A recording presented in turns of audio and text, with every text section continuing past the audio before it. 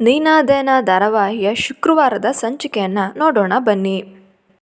ಇನ್ನು ಈ ಸಂಚಿಕೆಯಲ್ಲಿ ಏನಾಗುತ್ತೆ ಅಂದರೆ ಪಾರ್ಟಿಗೆ ವೇದ ಮತ್ತು ಪ್ರೀತಮ್ ಹೋಗಿರ್ತಾರೆ. ವೇದಾಗೆ ಇಷ್ಟ ಇಲ್ಲದಿದ್ರೂ ಕೂಡ ಪ್ರೀತಮ್ಗೋಸ್ಕರ ಪಾರ್ಟಿನಲ್ಲಿ ಇರ್ತಾಳೆ.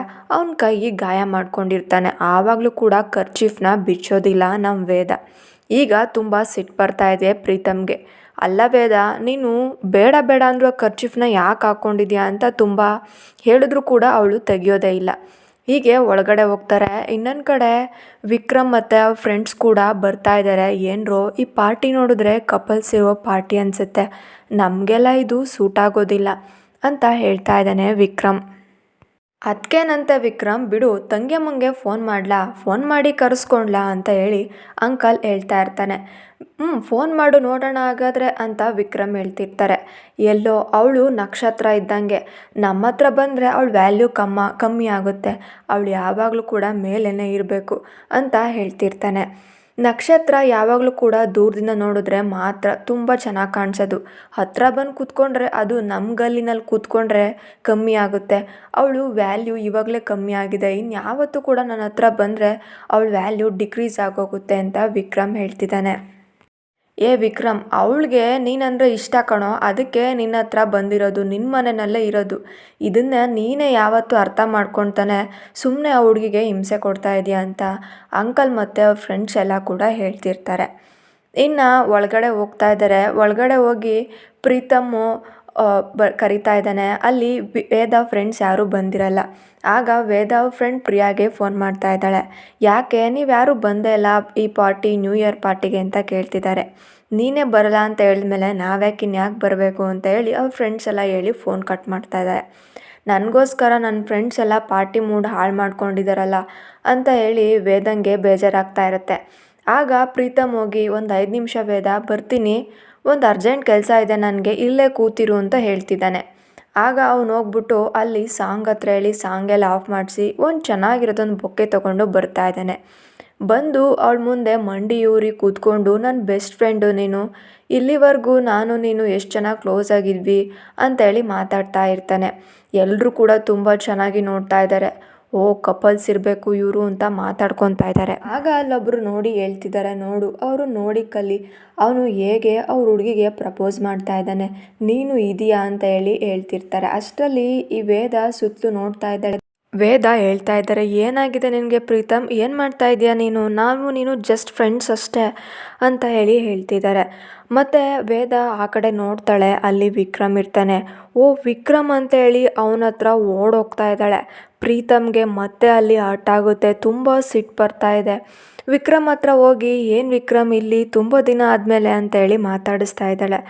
ಆಗ ಅಂಕಲ್ ಇದ್ದನು, ಏನೋ ನಕ್ಷತ್ರ ಸಿಗಲ್ಲ ಅಂತ ಹೇಳಿದ್ದೆ, ನಕ್ಷತ್ರನೇ ನಿನ್ನ ಹತ್ರ ಹುಡ್ಕೊಂಬರ್ತಾ ಇದೆ, ಈಗಲಾದರೂ ಒಪ್ಕೊತೀಯ, ನೀನು ಎಷ್ಟು ಅದೃಷ್ಟವಂತ ಅಂತ ಹೇಳಿ ಅಂತ ಅಂಕಲ್ ಅವರು ಹೇಳ್ತಿದ್ದಾರೆ. ಇನ್ನೊಂದು ಕಡೆ ಹಾಗೆ ಮಾತಾಡ್ತಾ ಇಲ್ಲಿ ವಿಕ್ರಮ್, ವೇದ, ಪ್ರೀತಮ್ ಒನ್ ಟೇಬಲ್ ಹತ್ರ ಕೂತ್ಕೊತಾರೆ. ಇನ್ನು ಪ್ರೀತಮು, ಅಂಕಲ್ ಗ್ಯಾಂಗ್ ಅವ್ರನ್ನೆಲ್ಲ ಇಲ್ಲಿ ಜಾಗ ಇಲ್ಲ, ನೀವು ಸ್ವಲ್ಪ ಬೇರೆ ಟೇಬಲಲ್ಲಿ ಕೂತ್ಕೊತೀರಾ ಅಂತ ಹೇಳಿ ಹೇಳ್ತಿದ್ದಾರೆ. ಆಯಿತು ಬಿಡಿ ಸರ್, ಅದಕ್ಕೆ ಯಾಕೆ ಟೆನ್ಷನ್ ಮಾಡ್ಕೊತೀರಾ ಅಂತ ಹೇಳಿ ಅಂಕಲ್ ಗ್ಯಾಂಗ್ ಹುಡುಗರೆಲ್ಲ ಹೇಳ್ತಿದ್ದಾರೆ. ಇವತ್ತೇನೇ ಖರ್ಚಿದ್ರು ಕೂಡ ನಂದೇನಾ, ಚೆನ್ನಾಗಿ ಎಂಜಾಯ್ ಮಾಡಿ ಅಂತ ಹೇಳಿ ಪ್ರೀತಮ್ ಹೇಳ್ತಿರ್ತಾನೆ.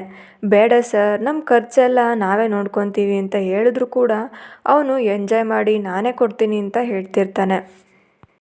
ಈಗ ಇಲ್ಲಿ ವಿಕ್ರಮ್ ಮತ್ತು ವೇದ ಇಬ್ಬರು ಕೂಡ ಸೈಲೆಂಟಾಗಿ ಕೂತಿರ್ತಾನೆ. ಇಬ್ಬರು ಏನೋ ಮಾತಾಡ್ತಿರೋದಿಲ್ಲ. ಒಂದು ಕಡೆ ಪ್ರೀತಮ್ ಹೇಳ್ತಿದ್ದಾನೆ, ನೋಡಿ ವಿಕ್ರಮ್, ನೀವು ನನ್ನ ಫ್ರೆಂಡ್ ಅಂದರೆ ನನಗೂ ಕೂಡ ಫ್ರೆಂಡೇ. ನಂದು ಮತ್ತು ವೇದದು ಮದುವೆ ಇನ್ನೇನು ನಾಳೆ ಇತ್ತು. ಇನ್ನು ನಮ್ಮ ದೂರದ ರಿಲೇಟಿವ್ಸ್ ಎಲ್ಲ ರೆಡಿಯಾಗಿ ಬಂದ್ಬಿಟ್ಟಿದ್ರು, ಮಂಟಪ ರೆಡಿಯಾಗಿತ್ತು, ಇನ್ನು ಹತ್ತಿರದ ರಿಲೇಟಿವ್ಸ್ ಎಲ್ಲ ಆನ್ ದ ವೇನಲ್ಲಿದ್ದರು. ಆದರೂ ಕೂಡ ನಮ್ಮ ಮದುವೆ ನಿಂತೋಯ್ತು. ಇದನ್ನೆಲ್ಲ ನಾವು ಲೈಫಲ್ಲಿ ಅಕ್ಸೆಪ್ಟ್ ಮಾಡಬೇಕು. ನಿಮ್ಮ ಹಿಂದೆ ನಿಮ್ಮದು ಪಾಸ್ಟ್ ಅನ್ನೋದಿತ್ತು, ಅದಕ್ಕೋಸ್ಕರ ನೀವು ದೂರ ಆಗಿದ್ದೀರಾ.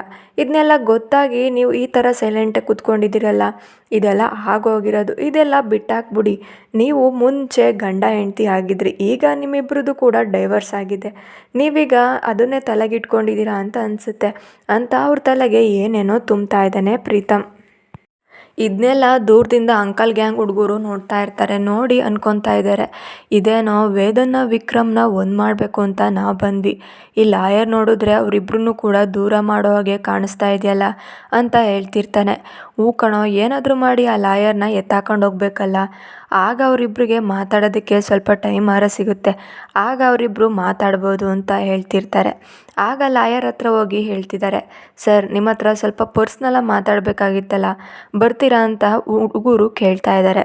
ನೋಡಿ, ನನಗೆ ಈಗೇನು ಮಾತಾಡೋದಕ್ಕಾಗಲ್ಲ, ಬೆಳಗ್ಗೆ ಮಾರ್ನಿಂಗ್ ಬಂದರೆ ನಾನು ಏನೇ ಇದ್ರೂ ಕೂಡ ಬಗೆಹರಿಸ್ಕೊಡ್ತೀನಿ ಅಂತ ಲಾಯರ್ ಪ್ರೀತಮ್ ಹೇಳ್ತಿದ್ದಾನೆ. ಆದರೂ ಕೂಡ ಅವನು ಒತ್ತಾಯ ಮಾಡಿಕೊಂಡು ಕರ್ಕೊಂಡೋಗ್ತಾ ಇದ್ದಾರೆ. ಕರ್ಕೊಂಡೋಗಿ ಅಲ್ಲಿ ಏನೇನೋ ಪ್ರಶ್ನೆಗಳನ್ನ ಕೇಳ್ತಾ ಇರ್ತಾರೆ. ಅಲ್ಲಿ ಟೈಮ್ ಪಾಸ್ ಮಾಡಲಿ ಅಂತ ಹೇಳಿ, ಸರ್ ನೀವು ನಮಗೋಸ್ಕರ ನಮಗೆ ಇವತ್ತು ಪಾರ್ಟಿ ಕೊಡಿಸ್ತಾ ಇದ್ದೀರಲ್ಲ, ನಿಮ್ಮದು ನಿಜವಾಗ್ಲೂ ದೊಡ್ಡ ಮನಸ್ಸು ಸರ್ ಅಂತ ಹೇಳಿ ಹುಡುಗರು ಹೇಳ್ತಾ ಇರ್ತಾರೆ. ಆದರೂ ಕೂಡ ಇಲ್ಲಿ ಪ್ರೀತಮ್ಗೆ ವೇದ ಮತ್ತು ವಿಕ್ರಮ್ ಮೇಲೆ ಕಣ್ಣು, ಅವರನ್ನೇ ನೋಡ್ತಾ ಇರ್ತಾರೆ. ಅವರು ಏನು ಮಾತಾಡ್ತಾರೆ ಏನು ಬಿಡ್ತಾರೆ ಅಂತ ನೋಡ್ತಿರ್ತಾರೆ. ಇನ್ನೊಂದು ಕಡೆ ವಿಕ್ರಮ್ ಮತ್ತು ವೇದ ಇಬ್ಬರು ಕೂಡ ಇರ್ತಾರೆ. ಅವರಿಬ್ಬರು ಕೂಡ ಮಾತಾಡೋದಿಲ್ಲ, ಅವರಿಬ್ರಿಗೂ ಕೂಡ ಹರ್ಟ್ ಆಗ್ತಿರುತ್ತೆ.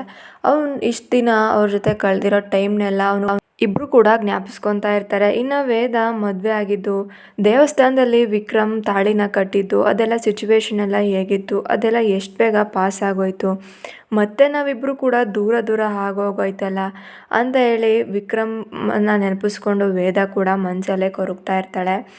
ಆದರೆ ವಿಕ್ರಮ್ ಏನೂ ಕೂಡ ಮಾತಾಡೋದಿಲ್ಲ. ಮತ್ತೇನು ವೇದ ಈಗೆಲ್ಲ ಹೇಗಿದೆ ಅಂತ ಹೇಳಿ ಯೂಶ್ವಲ್ ಟಾಕ್ನ ಮಾತಾಡ್ತಿರ್ತಾನೆ. ಹೌದು ಚೆನ್ನಾಗಿದೆ, ವರ್ಕ್ ಮಾಡ್ತಾ ಇದ್ದೀನಿ ಅಂತ ಹೇಳಿ ವೇದ ಹೇಳ್ತಿರ್ತಾಳೆ. ಮನೇಲಿ ಹೇಗಿದ್ದಾರೆ ಅಂತ ಹೇಳಿ ವೇದ ಕೇಳ್ತಾ ಇರ್ತಾಳೆ. ಅತ್ತೆ ಮಾವನ್ನೆಲ್ಲ ವಿಚಾರಿಸ್ಕೊತಾ ಇರ್ತಾಳೆ. ಹಾಗೆ ವಿಕ್ರಮ್ ಕೂಡ ಅಷ್ಟೇ ಲಾಯರ್ ಬಗ್ಗೆ ಜ್ಞಾಪಿಸ್ಕೊತಾ ಇರ್ತಾರೆ. ಆವತ್ತು ನಿಮ್ಮ ತಂದೆ ನನ್ನ ಸಪೋರ್ಟ್ಗೆ ನಿಂತ್ಕೊಂಡಿದ್ರು, ಅವರಿಲ್ಲ ಅಂದಿದ್ರೆ ನನ್ನನ್ನು ಯಾರೂ ಕೂಡ ಬಿಡಿಸ್ಕೊಂಬರೋದಕ್ಕೆ ಆಗ್ತಾ ಇರಲಿಲ್ಲ, ಅದರಿಂದಲೇ ನಾನಿವತ್ತು ಆಚೆ ಬಂದಿರೋದು ಅಂತ ವಿಕ್ರಮ್ ಕೂಡ ಹೇಳ್ತಾ ಇದ್ದಾನೆ. ನಿಮ್ಮ ತಂದೆಗೆ ನಾನಂದರೆ ಇಷ್ಟ ಇಲ್ಲ, ಬಟ್ ಆದರೂ ಕೂಡ ನನ್ನನ್ನು ಬಿಡಿಸಿದ್ರು. ಮನೆಯವ್ರು ಎಷ್ಟೇ ಜನ ಅವನು ಕೆಟ್ಟವನು, ಅವನು ರೋಡಿ, ಬಿಡಿಸ್ಬಾರ್ದು ಅಂದರೂ ಕೂಡ ನನ್ನನ್ನು ಬಿಡಿಸ್ಕೊಂಬಂದ್ರು ಅಂತ ಹೇಳಿ ವಿಕ್ರಮ್ ಹೇಳ್ತಾ ಇರ್ತಾನೆ. ವೇದಾಗೆ ಎಲ್ಲೋ ಒಂದು ಕಡೆ ವಿಕ್ರಮ್ ಪಾಸಿಟಿವಿಟಿ ಕಾಣಿಸ್ತಾ ಇರುತ್ತೆ. ವೇದ ಕೂಡ ವಿಕ್ರಮ್ಗೆ ಹೇಳ್ತಿದ್ದಾಳೆ. ವೇದನ ನೋಡಿ ಇಲ್ಲಿ ವಿಕ್ರಮ್ ಮನಸಲ್ಲೇ ಅನ್ಕೊತಾ ಇರ್ತಾರೆ, ವೇದ ನೀನಂದರೆ ನನಗೆ ನಿಜವಾಗ್ಲೂ ಕೂಡ ಇಷ್ಟ, ಆದರೆ ನಿನ್ನಂಥ ಒಳ್ಳೆ ಹುಡುಗಿ, ನಿನ್ನ ಥರ ಟಾಪ್ ಲೆವೆಲ್ ಇರೋ ಹುಡುಗಿ ನಮ್ಮ ಸ್ಲಮ್ಮಲ್ಲಿ ಬರಬಾರ್ದು, ಅದು ನಿನಗೆ ಸೂಟ್ ಆಗೋದಿಲ್ಲ, ನೀನು ಯಾವತ್ತೂ ಕೂಡ ಅರಮನೆಯಲ್ಲೇ ಇರಬೇಕು, ಅದೇ ನಿನಗೆ ಸೂಕ್ತ, ಅದರಿಂದ ನಿನ್ನನ್ನು ದೂರ ಇಡ್ತಾ ಇದ್ದೀನಿ. ಇದರಿಂದ ನಿನಗೆ ಎಷ್ಟು ಬೇಜಾರಾಗುತ್ತೋ ಎಷ್ಟು ನೋವಾಗುತ್ತೆ ಅಂತ ನಂಗೆ ಚೆನ್ನಾಗಿ ಗೊತ್ತು, ಆದರೂ ಕೂಡ ಏನು ಅನ್ಕೊಬೇಡ ವೇದ ಅಂತ ಹೇಳಿ ಮನಸಲ್ಲೇ ವಿಕ್ರಮ್ ಅನ್ಕೊತಾ ಇದ್ದಾನೆ. ಇಲ್ಲಿಗೆ ಈ ಸಂಚಿಕೆ ಮುಕ್ತಾಯವಾಗುತ್ತೆ. ಇನ್ನು ಶನಿವಾರದ ಪ್ರೊಮೋನ ಹಾಕಿದ್ದೀವಿ, ನೋಡ್ಕೊಂಬನ್ನಿ.